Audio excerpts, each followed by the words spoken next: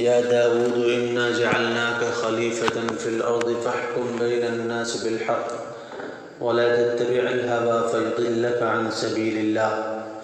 إن الذين يضلون عن سبيل الله لهم عذاب شديد بما نسوا يوم الحساب۔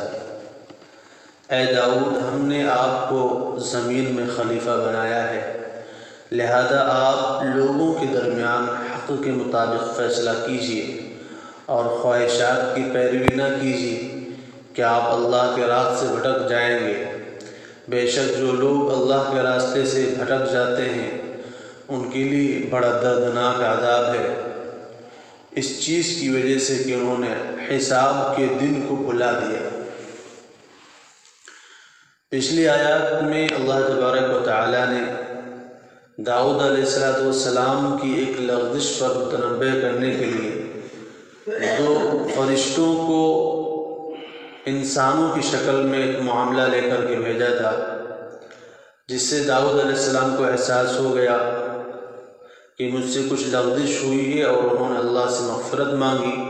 اور اللہ سے توبہ کی اور اللہ نے ان کی مغفرت بھی فرمائی، اور ساتھ ساتھ اللہ نے بھی فرما دیا وَإِنَّ لَهُ عِندَنَا لَزُلْفَىٰ وَحُسْنَ مَآبٍ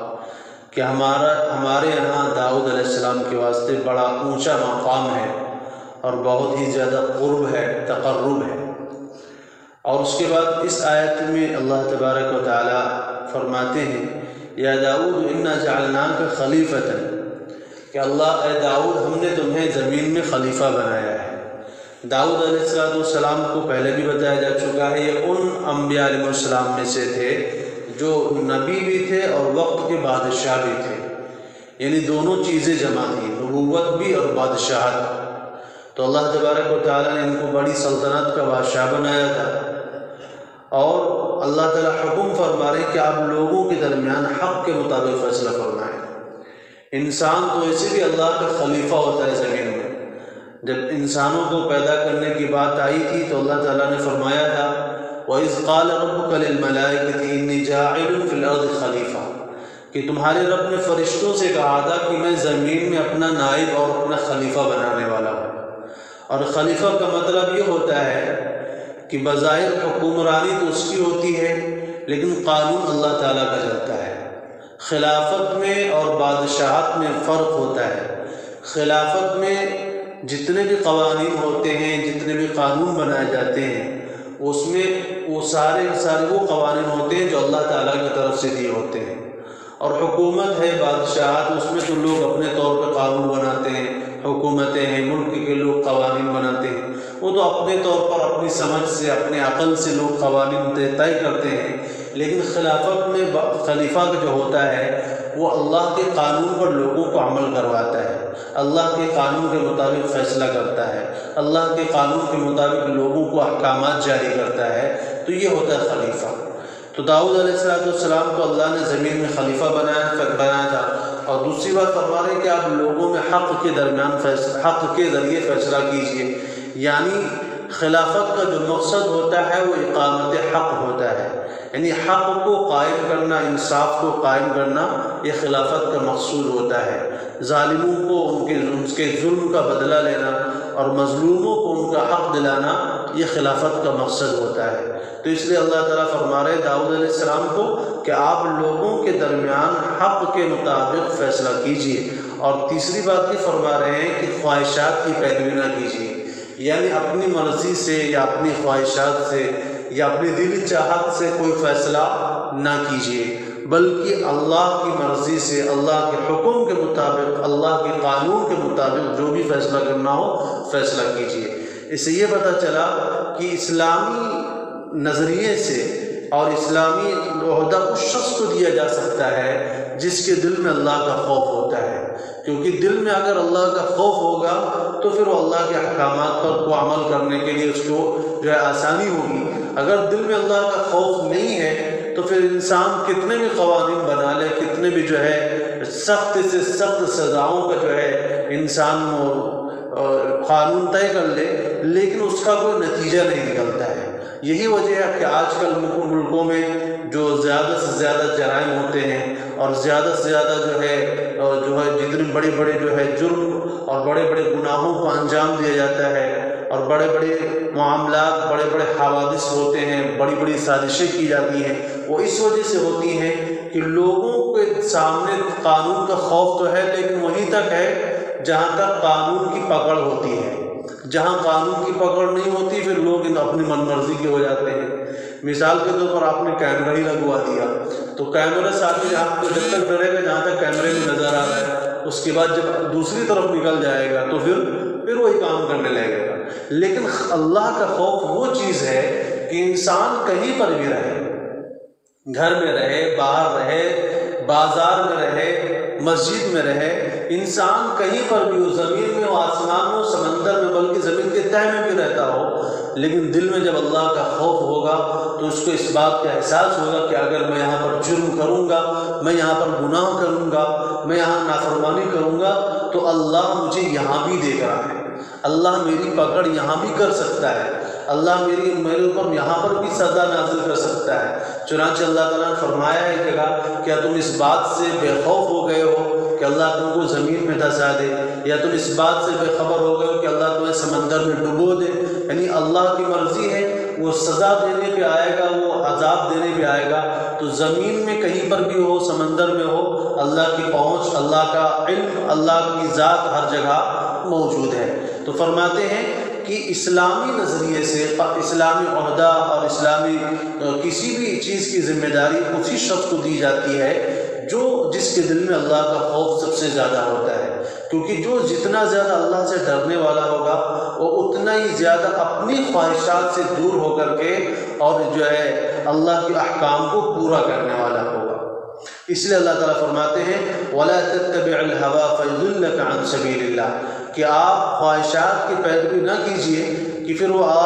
خواہشات آپ کو اللہ کے راستے سے بھٹکا دیں گے۔ یعنی پھر انسان جو خواہش کے پیچھے چلنے لگ جاتا ہے تو وہ حق کے مطابق فیصلہ نہیں کر سکتا ہے، وہ اللہ کے قانون کے مطابق فیصلہ نہیں کر سکتا ہے۔ ایک خلیفہ گزرے ہیں ولید بن عبد الملک،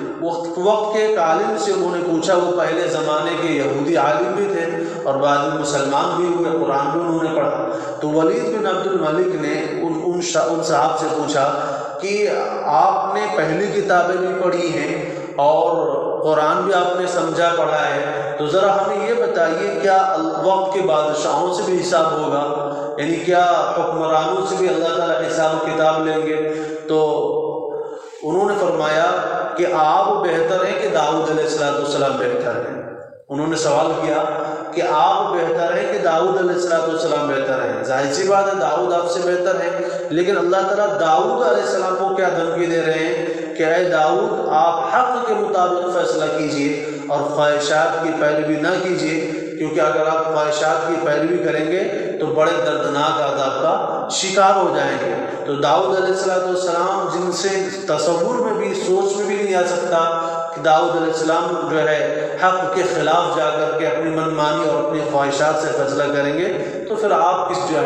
کہاں کے جو بادشاہ ہیں یا اور کہاں کا آپ کی حیثیت کیا ہے داؤد علیہ السلام کے مقابل میں؟ فرمایا ان الذین یضلون عن سبیل اللہ لهم عذاب شدید، بے شک جو لوگ اللہ کے راستے سے بھٹک جاتے ہیں ان لوگوں کے لیے بڑا دردناک عذاب ہے، اس بات کی وجہ سے کہ انہوں نے حساب کے دن کو بھلا دیا۔ وما خلقنا السماء والارض وما بینہما باطلا،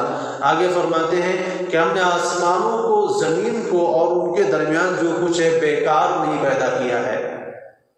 یہ بات اللہ تعالیٰ اس لیے فرما رہے ہیں، اس آیت کے ذریعے اللہ تعالیٰ آخرت کا ثبوت فرما رہے ہیں، آخرت کو ثابت فرما رہے ہیں۔ داؤد علیہ السلام کے واقعے کے آنے سے پہلے کفار کا ذکر آ رہا تھا اور کفار کے ہٹ دریوں کا ذکر آ رہا تھا، کہہ رہے تھے کہ بھئی تم ہمارا جو حساب کتاب ہے دنیا میں کر دو، ہم آخرت کا انتظار نہیں کرتے، یعنی ہم آخرت کو مانتے ہی نہیں ہیں، جو کچھ دینا دلانا ہے دنیا ہی میں کر لو۔ تو چونکہ وہ لوگ آخرت کو نہیں مانتے ہیں تو ایک عقل مندی کی بات یہ ہوتی ہے کہ جب انسان کسی بات پہ ہٹ دھرمی پہ آ جاتا ہے تو اس بات سے تھوڑی دیر کے لیے توجہ ہٹا دی جاتی ہے۔ جیسے کہ آخرت کے معاملے میں کفار اڑے ہوئے تھے تو بیچ میں داؤد علیہ السلام کا واقعہ لے آیا، اس کے بعد پھر اللہ تعالیٰ بڑے اچھے انداز میں پھر آسمانوں اور زمینوں کے یہ بتا کر کے ان کو بیکار پیدا نہیں کیا، آخرت کا ثبوت فرما رہے ہیں۔ کیسے کہ جب اللہ تعالیٰ اپنے خلیفہ داؤد علیہ السلام کو حکم فرما رہے ہیں کہ آپ انصاف کیجئے، حق کے علاوہ فیصلہ نہ کیجئے، تو جو اللہ تعالیٰ اپنے خلیفہ کو حکم فرما رہا ہوگا وہ خود انصاف کیوں نہیں کرے گا؟ اب ظاہر سی بات ہے، یہ دنیا اسی کی ہے، بنائی اسی کی ہے، آسمان زمین سب کچھ اسی کا بنایا ہوا ہے،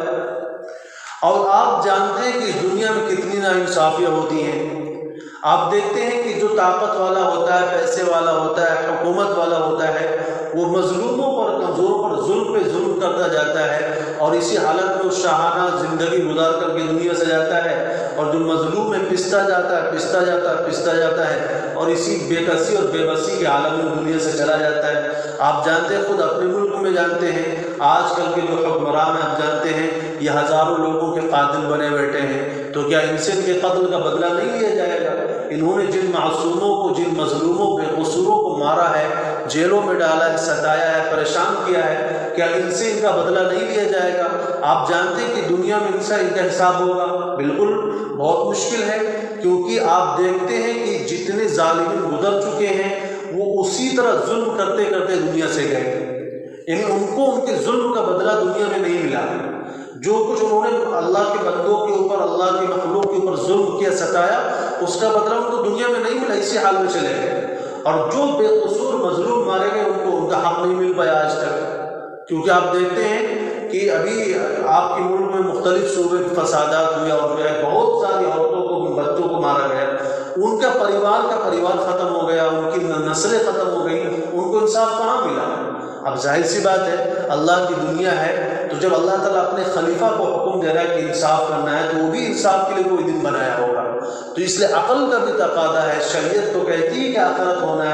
ہونا چاہیے، عقل کا بھی تقاضا ہے کہ ایک دن ایسا ہونا چاہیے جس میں ہر حق والے کو اس کا بدلہ مل سکے، اور وہ دن جو ہے آخرت کا دن ہے، جس دن جو ہے ہر ظالم سے اس کے ظلم کا بدلہ لیا جائے گا، ہر مظلوم کو اس کو حق دلایا جائے گا، اور وہ آخرت کا دن ہے۔ اسی لیے اللہ تعالیٰ فرماتے ہیں ما خلقنا السماء والارض وما بینہما باطلا، ہم نے آسمانوں کو، زمین کو، اور جو کچھ ان کے درمیان ہے بیکار نہیں بنایا ہے۔ ذالک ظن الذین کفروا، یہ تو کافروں کا خیال ہے۔ کافر یہ سوچتا ہے کہ ہمیں جو کچھ کرنا ہے دنیا ہی میں کر لینا ہے، ہمارے پاس جو کچھ کر لینا ہے، اس لیے وہ یہ دنیا ہی کو بنانے کے چکر میں وہ جتنا جس کا حق مارنا چاہے مار لیتا ہے، جتنا کسی کو قتل کرنے کی بات ہے تو قتل بھی کر دیتا ہے۔ کیوں؟ کیونکہ اس کی نظر میں صرف دنیا ہے، دنیا میں جتنا ہم آگے بڑھ سکتے ہیں بڑھ جائیں، لیکن جو مومن ہوتا ہے اس کی نظر میں دنیا نہیں آخرت ہوتی ہے۔ وہ اگر اس کے اوپر ظلم بھی ہوتا ہے تو وہ یہ سوچتا ہے کہ چلو آج کوئی بات نہیں، آج میں صبر کر لیتا ہوں، ایک دن آئے گا کہ اللہ تعالیٰ مجھے اس کا حق دلائیں گے، مجھے اس کا بدلہ دلائیں گے۔